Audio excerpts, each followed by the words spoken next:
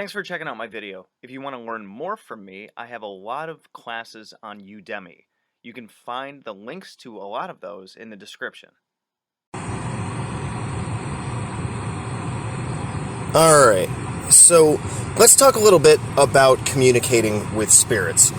So, in a previous video, I don't even remember how long ago, because I've made so many of these, it's interesting to me that, over the different experiences and much learning that I've done, because this is my bread and butter and I do it all the damn time. One of the things that often comes up is when I'm working with spirits, or, I get a question like this all the time. When you're working with spirits or you're doing evocations and stuff, whether it be, any of the goetic spirits, gods or goddesses, 50 names of Marduk, yada yada, what have you, people ask me, I live with people, do I have to say this stuff out loud? Or can I just talk in my head using my quote-unquote mind voice, and is that enough? And from my research and learning and, putting all of my different knowledges and details together, is it okay to talk in your head, or is it better to talk out loud? So let's think about this for a second. Everything that we do is energy, right?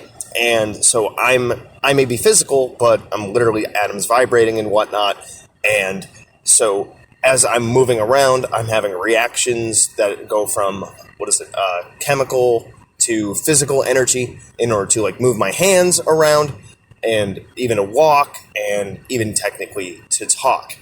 So what I'm thinking about is the movement of energy here, okay?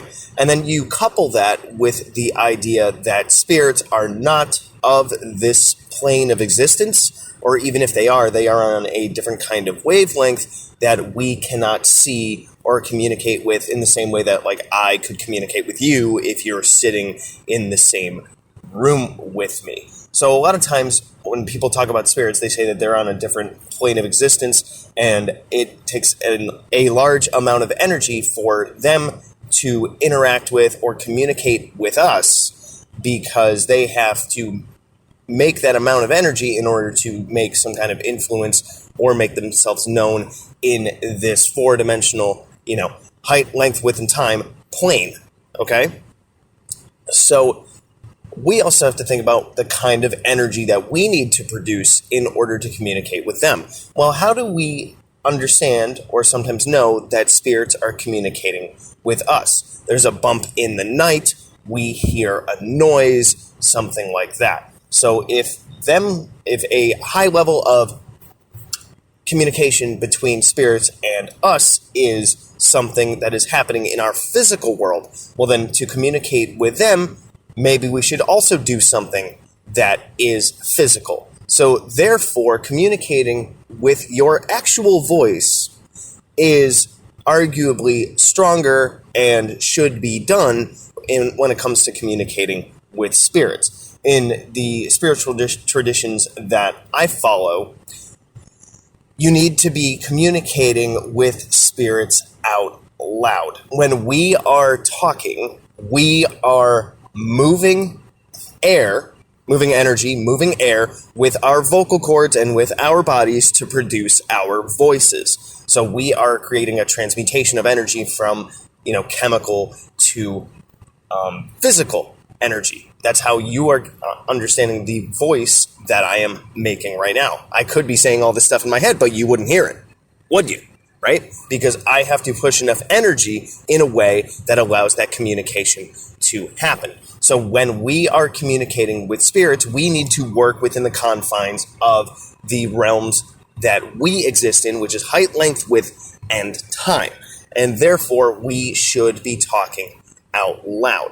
And the more energy that we put into that, the louder our voice gets and whatnot, but also fueled by our intention, that energy, which is stronger by using our voice, can then arguably transfer from our height, length, width, and time dimensions over into other dimensions or other planes of existence that these spirits might be arguably existing in. So we are trying to bridge the gap between our existence and theirs. And therefore, we should be using our physical voices. Some traditions say that the spirits are here around us. We just can't see them in the same way that, like, I could see you or you could see me. But that still means that we can still communicate with them through physical means like talking.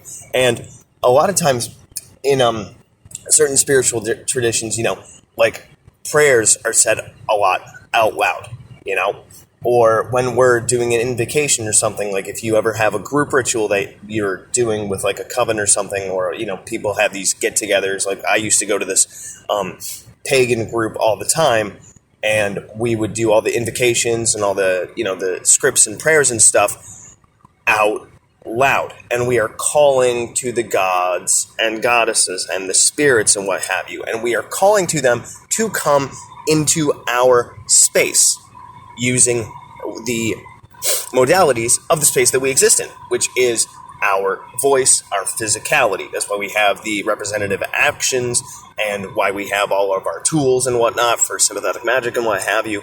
And then we are using our voices to command or coax those spirits to show up and lend us their assistance.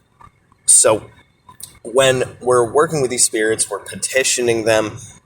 Our energy is bolstered by the amount of words and speech that we use, the cadence in it, our emotional fortitude behind our invocations and us talking with the spirits, because, based on your intention, you could be sounding really, really upbeat and chipper, or really, really angry, or really, really forceful, depending on what you want your intention to be, or what intention you're trying to communicate, for better terms. So when you're working with spirits, if possible, definitely talk out loud. If you can only whisper, then only whisper. But if you have the ability in the space to call out to those spirits as you're working with them at a normal voice or even louder, to show and push that certain level of energy that you need to get your point across, to tell the universe, this is what you want, and to tell that spirit, this is what I'm going to do for you, and this is what I'm asking that you do for me. I scratch your back, you scratch mine, whatnot. Then you gotta be talking out loud. Let me know what you guys think about this one, and, whether or not it is possible for you guys to talk out loud when you're doing your rituals and stuff. And maybe there are some situations when you don't or can't talk out loud. That being said, if you build a relationship with spirits good enough and you tune your antenna through working with magic enough, then it arguably is possible to communicate with them with mind voice alone, because it's like you're tuning your antenna to their frequency and they can communicate with you in ways that are less than physical because you've kind of built up that connection. Then it would arguably be possible to communicate with them just through your mind voice and your intention. But I don't think that that is for everyone, depending on your skill set. Good hunting.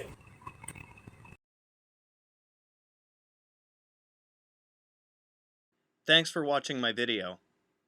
So if you want to check out my playlists, I have, among others, the Simon Necronomicon, the Tree of Life, General Magic, Tulpamancy, a playlist on my books, the elements, stones, the theories that govern magic, and the gods and goddesses of Mesopotamia.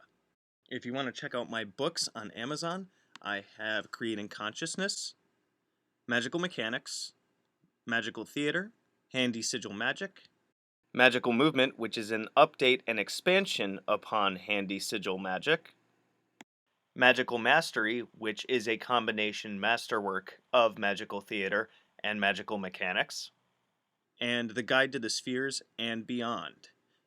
You can also find me on Facebook at Magickology YT. You can email me at priestofthenecro@gmail.com, and you can even check out my Instagram, which is Magickology. And good hunting.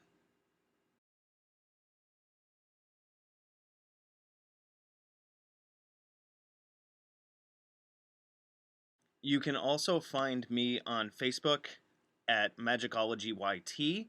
You can email me at priestofthenecro@gmail.com, and you can even check out my Instagram, which is Magickology. And good hunting.